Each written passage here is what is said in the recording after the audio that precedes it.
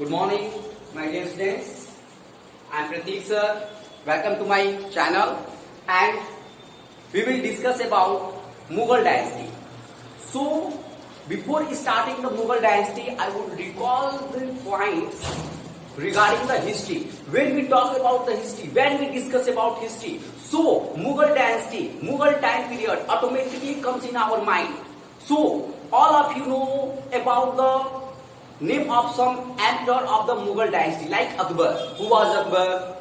Who was Babur? Who was Aurangzeb? Who was Humayun? Who was Jahangir? Who was Shahjahan? Who was Bahadur Shah? So all these were emperor of the Mughal dynasty. So बेटा अब हम लोग Mughal dynasty के बारे में पढ़ेंगे कि Mughal dynasty हमारे पास एग्जैक्टली कैसे इंडिया में आया था और कैसे उसकी डिक्लाइन हुई थी। तो ये सारी चीजें हम लोग इस वीडियो में टॉपिक वाइज कवर करेंगे। तो अभी हम स्टार्ट कर रहे हैं आपका मुगल डायनेस्टी। तो बेटा मुगल डायनेस्टी का जो फर्स्ट था एम्परर, जो फर्स्ट हमारे पास रूलर था वो बाबर था, सेकंड आपका हुमायूं था, थर्ड आपका अकबर था, फोर्थ आपका जहांगीर, फिफ्थ आपका शाहजहां, सिक्स्थ आपका औरंगजेब, सेवेंथ आपका बहादुर शाह। ऐसे करते करते मोहम्मद शाह, मोहम्मद रंगीला, बहादुर शाह सेकेंड, अकबर शाह, ये सारे मुगल एम्परर के बारे में हम लोग को डिस्कस करना है। तो बेटा जब अब हम लोग को स्टार्ट करना है कि मुगल डायनेस्टी भारत में कैसे आया था।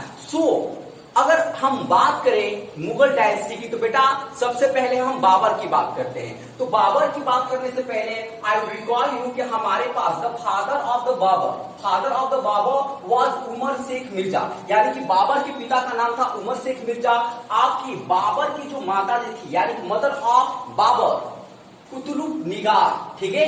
तो बेटा अब देखो हमारे पास जो बाबर था बेटा वह जन्म से ही योद्धा था। क्या था? जन्म से ही योद्धा था। कैसे था? तो बेटा उसके ब्लड, उसके शरीर में जो ब्लड था वो दो योद्धाओं का, दो वंशजों का था। और दो वंशजों के बारे में हम लोग अच्छे से जान चुके हैं। जब हम दिल्ली सल्तनत के बारे में डिस्कस कर रहे थे तो उस समय हम लोगों ने डिस्कस किया था खलजी डायनेस्टी और तुगलक डायनेस्टी के बारे में कि हमारे पास मंगोलों का अटैक हुआ था। तो मंगोल हमारे पास कैसे जाने जाते हैं? तो मंगोल बेटा चंगेज खान का नाम सुना होगा, बहुत ही बहादुर योद्धा था।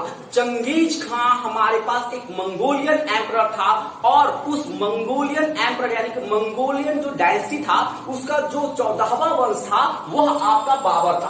तो बेटा हमारे पास बाबर जो था वो मैटरनल वो क्या था? मंगोलियन था। और पैटर्नल क्या था? वो तुर्किश था, यानी कि तुर्किश के बारे में भी आप लोग दिल्ली सल्तनत में जानते होंगे। जितने भी दिल्ली सल्तनत में चाहे वो स्लेव डायनेस्टी था, चाहे वो खलजी डायनेस्टी था, चाहे वो सैयद डायनेस्टी था, सब क्या थे? वो सब हमारे पास जो स्लेव डायनेस्टी हम लोग पढ़े थे वो तुर्किश थे। तो तुर्किश बेटा हमारे पास एक डायनेस्टी है। मंगोलियन क्या है? एक डायनेस्टी है। तो जो बाबर की माता थी वो मंगोलियन थी और जो बाबर के पिता थे वो क्या थे? तुर्किश थे। तो इन दिस वे जो हमारे पास बाबर था वो दो डायनेस्टी के ब्लड से मिलकर बना हुआ था। अब हमारे पास बात करते हैं कि बाबर का जन्म कब हुआ था। तो बेटा आप सभी लोग वैलेंटाइन डे मनाते होंगे, ठीक है। वैलेंटाइन डे कब मनाते हो? तो 14 को मनाते हो। तो डेट तो आपको याद करने की जरूरत नहीं है, ठीक है। क्यों? क्योंकि बेटा 14 को ही हमारे पास बाबर का जन्म हुआ था, ठीक है। और हमारे पास टाइम क्या था? तो 1483 में हमारे पास बाबर का जन्म हुआ था और डेट क्या था? 14 था। और बाबर की मृत्यु कब हुई थी? तो बाबर की मृत्यु हुई थी 1530, यानी कि हमारे पास 1483 से लेकर 1530 तक हमारे पास बाबर का टाइम पीरियड था। बेटा अब हमारे पास जो उमर शेख मिर्जा थे इनकी डेथ हो गई थी आपका कब? तो 1494 में डेथ हो गई। तो जब 1494 में डेथ हो गई तो बाबर को अपॉइंट किया गया एज ए गवर्नर। बाबर को क्या अपॉइंट किया गया? As a governor. कहां का? तो फरगना का। तो हमारे पास फरगना का शासक बना कब? ये 1494, यानी कि जब बाबर मात्र 11 साल का था तो उसको शासक बना दिया गया फरगना का। और जब बेटा शासक बन गया तो इनकी एक नानी थी जिनका नाम था ईशान दौलत बेगम। तो बेटा नानी और बाबर के नानी और बाबर में खूब जमती थी, ठीक है।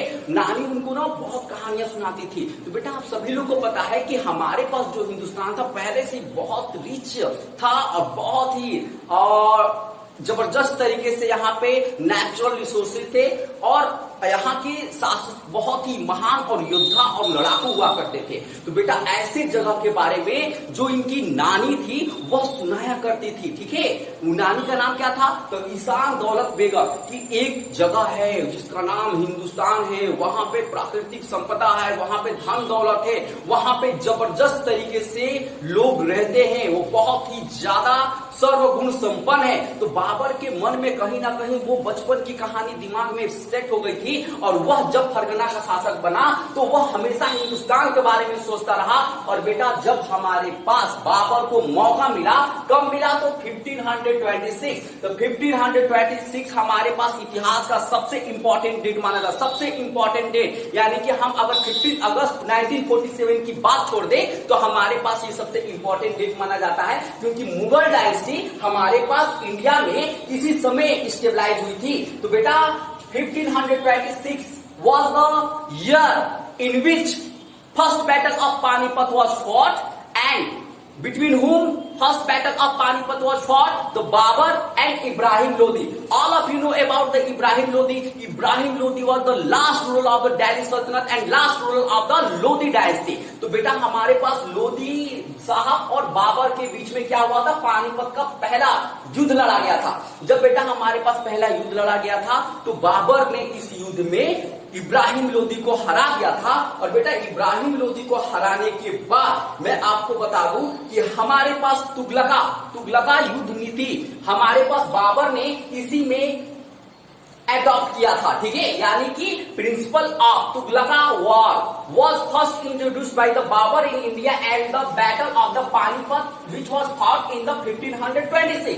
तो 1526 में जो पानीपत का पहला युद्ध हुआ था उसमें तुगलका युद्ध नीति अपनाई गई थी बाबर के द्वारा, और उसके बाद से यह युद्ध इब्राहिम लोदी और बाबर के बीच में लड़ा गया और बाबर इसमें विजयी होता है और इब्राहिम लोदी उसमें मारा जाता है। और मैंने ये भी बताया था इब्राहिम लोदी जब दिल्ली सल्तनत पढ़ा रहा था, अगर आप लोगों ने देखा नहीं होगा तो आप लोग देख लीजिएगा कि इब्राहिम लोदी दिल्ली सल्तनत का पहला ऐसा शासक था जो युद्ध के मैदान में किसी शासक के द्वारा मारा जाता है, पहला वो शासक था।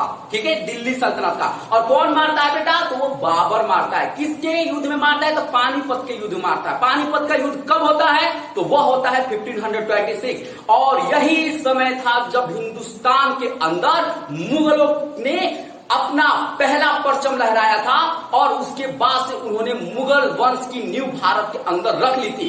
लेकिन उसके बाद भी बाबर को एक बात हमेशा खटक रहा था यहाँ के राजपूतों से कि राजपूत कहीं ना कहीं हमारे उसके मुगल वंश के रास्ते में कहीं ना कहीं अड़चन जरूर पैदा करेंगे। और उस समय हमारे पास एक राजपूत राजा थे जिनका नाम था राणा प्रताप सिंह, ठीक, जिसको राणा सांगा के नाम से जाना जाता है। तो राणा सांगा हमारे पास एक ऐसे राजपूत थे जो हमेशा बाबर को खटक रहे थे। और बेटा पानीपत के युद्ध के एक साल बाद खानवा का युद्ध हुआ।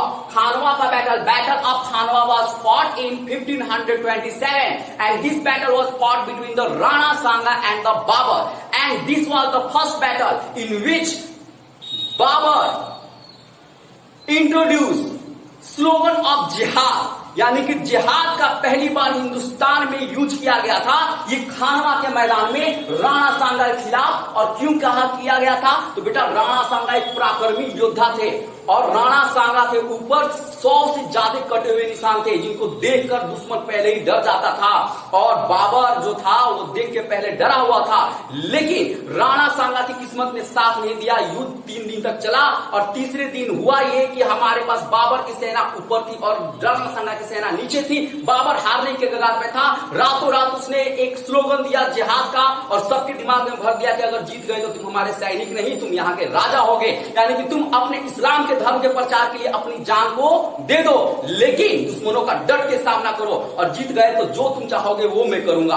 और उसके बाद से इस तरह से उनके खून को गर्म कर दिया और प्रकृति ने भी राणा सांगा का साथ नहीं दिया। उस दिन बारिश हो गई, बारिश हुई तो जो ढलाव का एरिया, जो स्लोप एरिया था वहां पे राणा सांगा थे। तो राणा सांगा की जितनी भी आर्मी थी वो पानी फ्लड के वजह से थोड़ा सा डिस्टर्ब हो गई और इस मौके का फायदा उठा के जो बाबर है वो राणा सांगा पर अटैक करता है और राणा सांगा मारे जाते हैं। तो बेटा खानवा के युद्ध के बाद वास्तविक रूप से मुगल वंश की स्थापना इंडिया में हुई थी, नहीं तो उससे पहले उनको डर था राणा सांगा से। तो all of you get the point कि खानवा का युद्ध कब हुआ था? तो खानवा का युद्ध हुआ था आपका 1527 किसके बीच? राणा सांगा एंड बाबर। और इसी युद्ध में जिहाद का पहला नारा बाबर के द्वारा दिया जाता है। And after 1 year you have seen that there was the third battle which was fought by the Babur in Hindustan, and that was the Battle of Chanderi.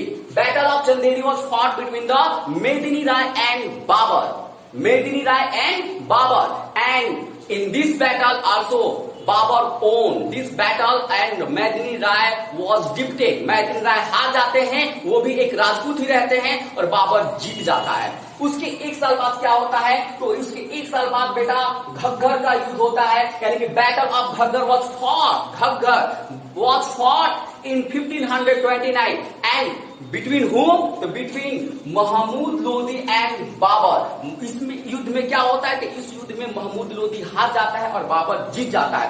इस तरह से लगातार 4 सालों में बाबर ने 4 युद्ध लड़ा और चारों में वो विजय हुआ। तो बेटा इसके हमारे पास जो ये घग्गर का युद्ध था, बैटल ऑफ घग्गर, ये इंपॉर्टेंट क्यों है? The battle of Ghaggar was important in the history of the battle in the Mughal dynasty because this was the first battle in Hindustan which was fought on the land as well as in the water, यानी कि जल और थल पे लड़े जाने वाला हिंदुस्तान का पहला युद्ध कोई था तो वो आपका घग्गर का युद्ध था। तो इसलिए बेटा हमारे पास घग्गर का युद्ध, तोप का प्रयोग हमारे पास पानीपत के फर्स्ट वार में किया गया था, यानी कि तुगलका युद्ध नीति। खानवा के मैदान में यानी खानवा के युद्ध में जिहाद का नारा पहली बार हिंदुस्तान में दिया गया था, और घग्गर हमारे पास पहला युद्ध था जो जल और थल दोनों में लड़ा जाता है। उसके 1 साल बाद हमारे बाबर की डेथ हो जाती है और हुमायूं को क्राउन किया जाता है, यानी कि Humayun succeeded the crown of the Mughal dynasty. तो बेटा अब इसके बारे में, बाबर के बारे में हम कुछ जान जाते हैं कि बाबर की जो हमारे पास बायोग्राफी है, ठीक है, ऑटोबायोग्राफी है, आत्मकथा जिसको कहते हैं, तो वो बाबरनामा है। बाबरनामा खुद बाबर ने लिखा था। क्वेश्चन आता है कि हु रोट बाबरनामा? तो Baburnama was written by Babur. और बेटा हमारे पास 1483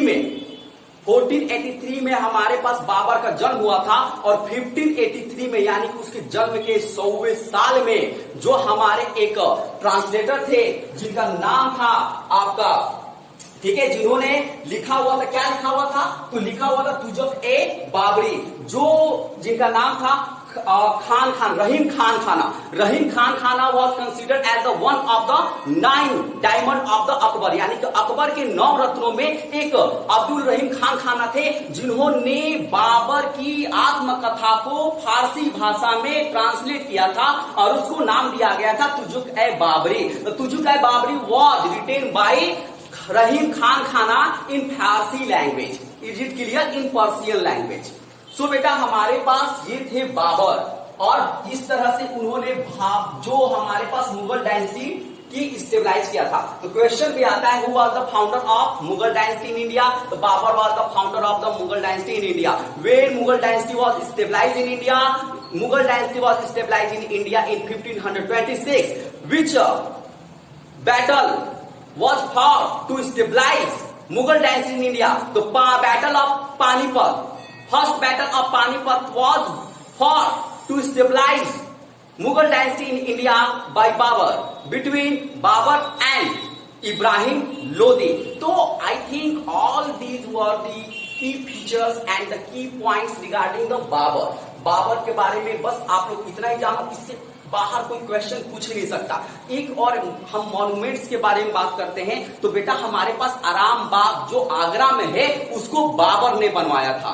आराम बाग को किसने बनवाया था? तो बाबर ने बनवाया था। तो बेटा ये हमारे पास बाबर की हिस्ट्री थी जिसके बारे में हम लोग पढ़ चुके हैं, ठीक है। तो I think all of you get the point regarding the Babar.